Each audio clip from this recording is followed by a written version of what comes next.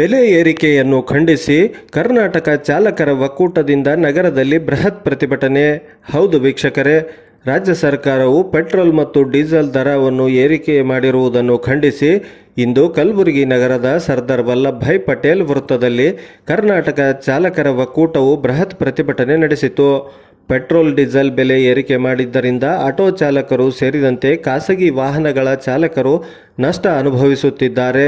ಸಾಲ ಸೂಲ ಮಾಡಿ ಕಂತುಗಳನ್ನು ಕಟ್ಟೋಕೆ ಆಗದೆ ಪರದಾಡುವ ಪರಿಸ್ಥಿತಿ ಮಧ್ಯೆ ಬೆಲೆ ಏರಿಕೆ ಮಾಡಿ ಸರ್ಕಾರವು ಗಾಯದ ಮೇಲೆ ಬರೆ ಎಳೆಯಲಾಗುತ್ತಿದ್ದು, ಕೂಡಲೇ ಪೆಟ್ರೋಲ್ ಡೀಸೆಲ್ ದರ ಕಡಿಮೆ ಮಾಡಬೇಕೆಂದು ರಾಜ್ಯ ಸರ್ಕಾರಕ್ಕೆ ಜಿಲ್ಲಾಧಿಕಾರಿಗಳ ಮುಖಾಂತರ ಮನವಿ ಪತ್ರ ಸಲ್ಲಿಸಿ ಬೇಡಿಕೆಯನ್ನು ಈಡೇರಿಸುವಂತೆ ಆಗ್ರಹಿಸಿದರು.